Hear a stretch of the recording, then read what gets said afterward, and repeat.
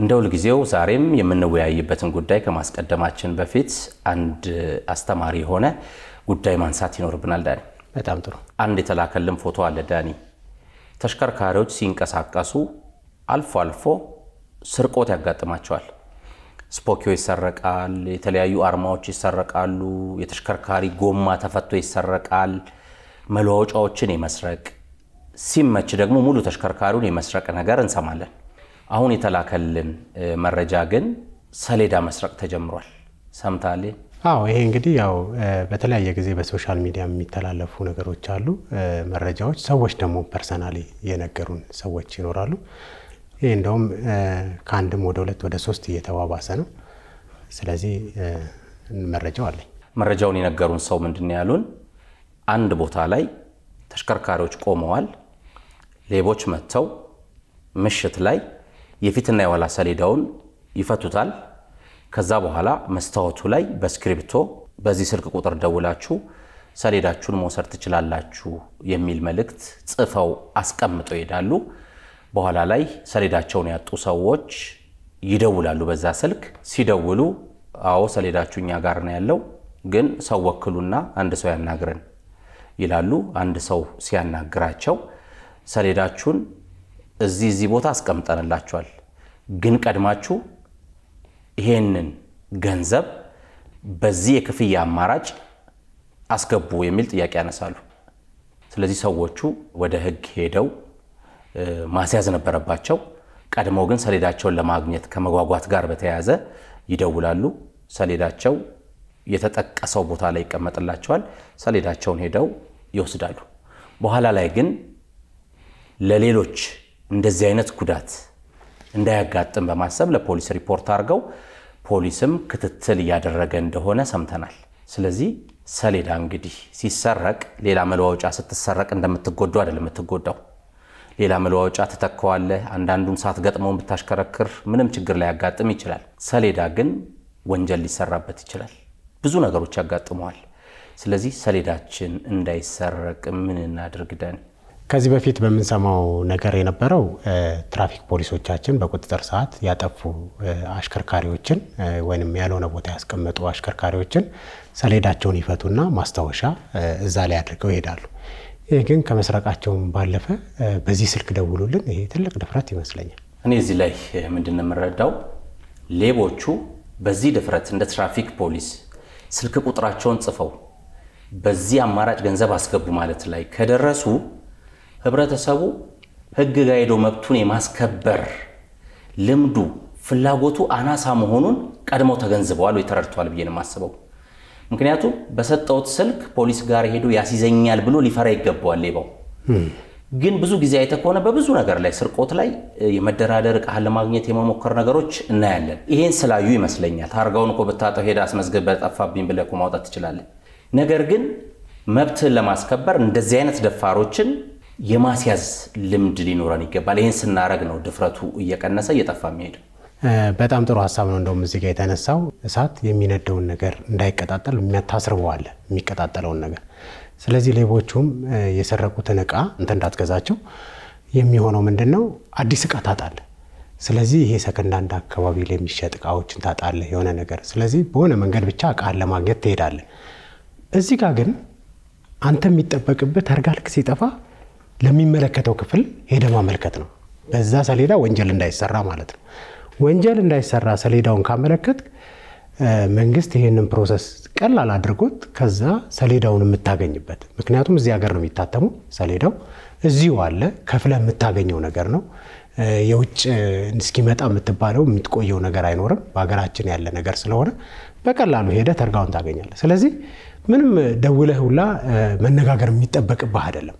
ወዲያው ግን ቅስፈታዊ እንዳያት በዛች ክፍተቷ ውስጥ ወንጀል እንዳይሰራ አንተ ከተሽከርካሪ ላይ ተርጋው መሰረቁን ለሚመለከተው ክፍል ማመልከት ይኖርብሃል ማለት ነው።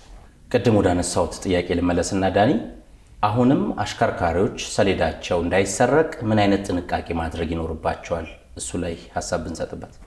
እሺ፣ ይሄንን እንግዲህ በሁለት አቅጣጫ መመለስ ያስፈልጋል። የመጀመሪያው መኪና የምናቆምበትን ቦታ መምረጥ ያስፈልጋል። ጥበቃ ያለበት ቦታ ላይ ተሽከርካሪያችንን ማቆም አንደኛውና ዋነኛው ነው። ከዛ ባለፈ ግን ሰሌዳችንን ስንገጥም ወይ በሪቤት መምታት አለበዛ ደግሞ ብሎኑን ራሱ ከታሰረ በኋላ መቁረጥ እንዳይፈታ ያ ሲታገሉ መቼስ የሆነ ነገር ይደረሳል። አሁን እኮ አይተ ከሆነ ተርጋዎቻችን ብዙ ጊዜ በየተሽከርካሪው ላይ ያለው አንዳንዱ ለመፍታት በጣም ቀላል ነው። አንዳንዱ ጭራሽ ብሎንም ሳይኖረው ሳይበሳ በፍሬም ተደርጎ ነው የተቀመጠው። ስለዚህ እነዚህ ነገሮች ተነስተው ለመሄድ በጣም ቀላል ናቸው ማለት ነው። እንዲህ እንዳይሆኑ በጣም ጠንከር ያለ ነገር ማድረግ ይሻላል ማለት ነው። አንድ ጊዜም ታስታውሳለህ ወደ ፕሮግራማችን ደውሎ አንድ ተመልካቻችን ሰሌዳ ተሰርቆ ራሴ ያገኘሁት ያለን ሃንዳይ አቫንቲ ተሽከርካሪ አስታውሳለሁ። መሌ ተመልካቻችን እንደውም መስጊድ ለስግደት ገብቶ ሲወጣ ተርጋውን እንዳጣውና ከዛ ደግሞ ሌላ ቦታ ላይ እንዳገኘው ነግሮናል። ተመልካቻችን በወቅቱ የነገሩን ምንድነው ሃንዳይ አቫንቲ አውቶሞቢል ተሽከርካሪ መስጊድ በር ላይ ያቆመው ሊሰግዱ ይገባሉ። ሰግደው ሲወጡ ተሽከርካሪው ላይ የፊቱም የኋላውም ሰሌዳ የለም፣ ተፈቶ ተሰርቋል። ሄደው ለፖሊስ ያመለክታሉ። መንገድ ትራንስፖርት ሄደው ጠፋብኝ ብለው አዲስ ሰሌዳ ይሰጣቸዋል።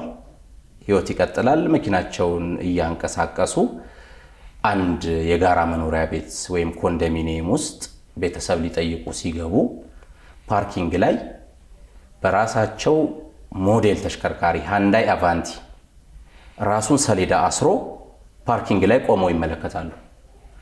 ከኋላ ሄደው ሲቆሙ አሽከርካሪው ይህን ሰሌዳ የት ነው ማቀው ይላሉ። ረስተውት ማለት ነው። ወርደው ሲመለከቱ የሳቸውም ሰሌዳ አዲስ የተቀየረው ያኛውም አንድ አይነት ነው። በኋላ ላይ ለፖሊስ ደውለው እንዳስያዙትና በህግ ቁጥጥር ስር ውሎ ምርመራ እየተካሄደበት እንደነበረ ሰምተናል። ስለዚህ ሰሌዳ ሲሰረቅብህ ስፖኪዮ ተሰርቆ ወይም ሌላ ነገር ተሰርቆ እንደሚሸጠው አይደለም። ይሄ ግለሰብ እየዞረ ወንጀል ሊሰራበት ይችላል። ሰው ገጭቶ ገድሎ ቢያመልጥ የምትጠየቀው አንተ ነህ። ምክንያቱም ሰሌዳው የተመዘገበው በአንተ ስም ነው። ወንጀል ቢሰራበት ፖሊስ ቢፈልገው የሚያገኘው አንተን ነው። እና የሰሌዳ ጉድ ብዙ ነው። ሰሌዳችን እንዳይሰረቅ መጠንቀቅ አለብን። ግን የኛ የዛሬው መልእክት ነው። መልካም። በዚህ ሳምንት ለጥንቃቄ የሚጠቅም ሌላ መረጃም ደርሶናል። ተመልካቻችን ከኢንሹራንስ ጋር በተያያዘ የላኩልን ጥያቄ ነው። ተሽከርካሪያቸው ቶዮታ ፒክአፕ ደብል ካቢን ነው። ወቅታዊ የገበያ ዋጋው 2,500,000 ብር ነው። እሳቸው ሙሉ ኢንሹራንስ ሲገቡ ግን በ1 ሚሊዮን 300 ሺህ ብር ነው ኢንሹራንስ ይገቡለት። ይሄ ተሽከርካሪ አደጋ ያጋጠመውና የግል ኢንሹራንስ ነው የገቡለት። ሪከቨሪ ወይም ተሽከርካሪ ማቆያ ውስጥ ይገባል። የኢንሹራንሱ ባለሙያ ተሽከርካሪውን ጉዳቱን ከመረመረ በኋላ ለተጎዱት መለዋወጫዎችና ለጥገና የያዝነው ገንዘብ ተሽከርካሪውን ቶታል ሎስ ያስደርገዋል የሚል ሪፖርት ያቀርባል።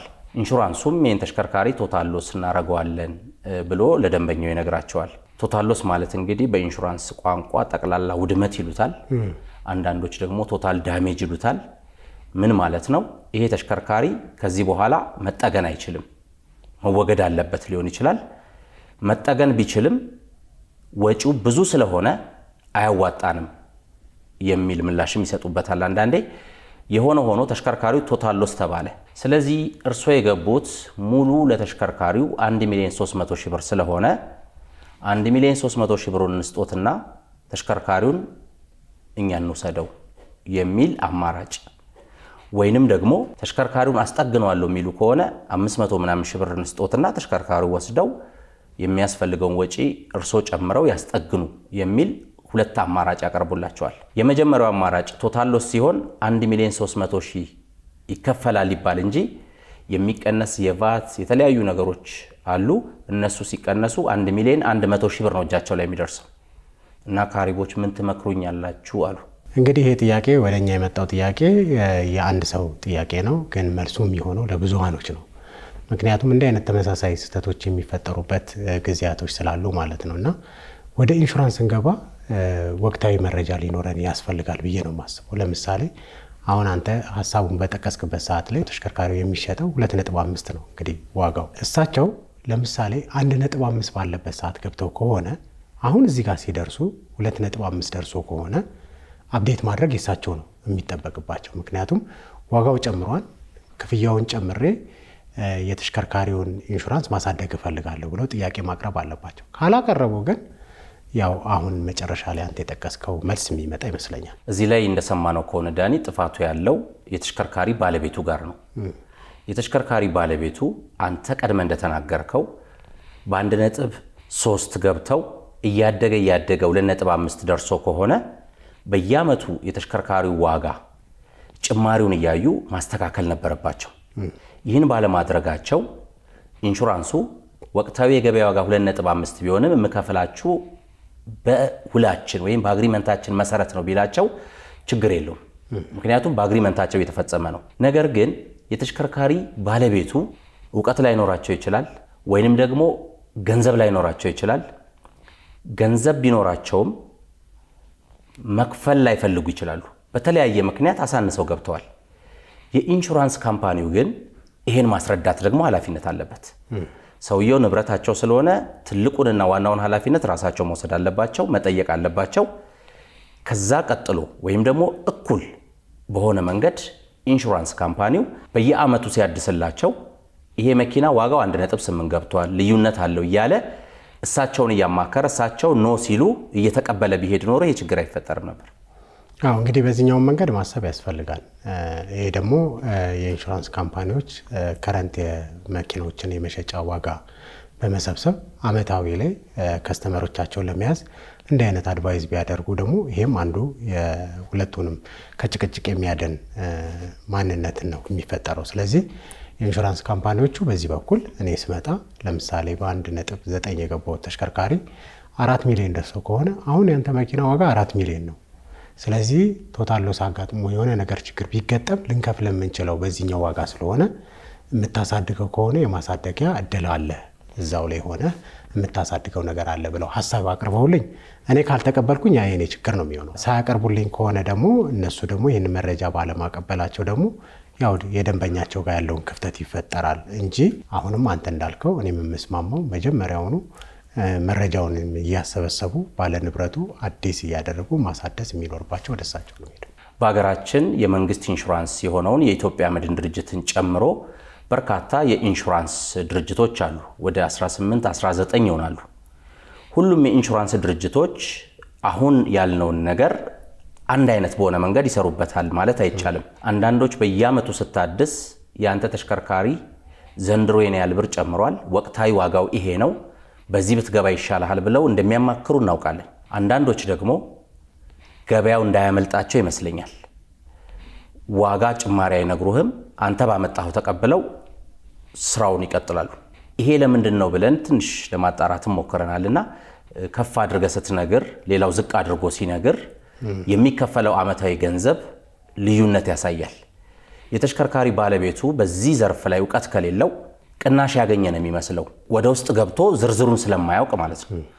ስለዚህ ይሄን ነገር የሚነግሩ አሉ፣ የማይነግሩ አሉ። መጨረሻ ላይ ጉዳቱን የሚጎዳው ግን የተሽከርካሪ ባለቤቱ ነው።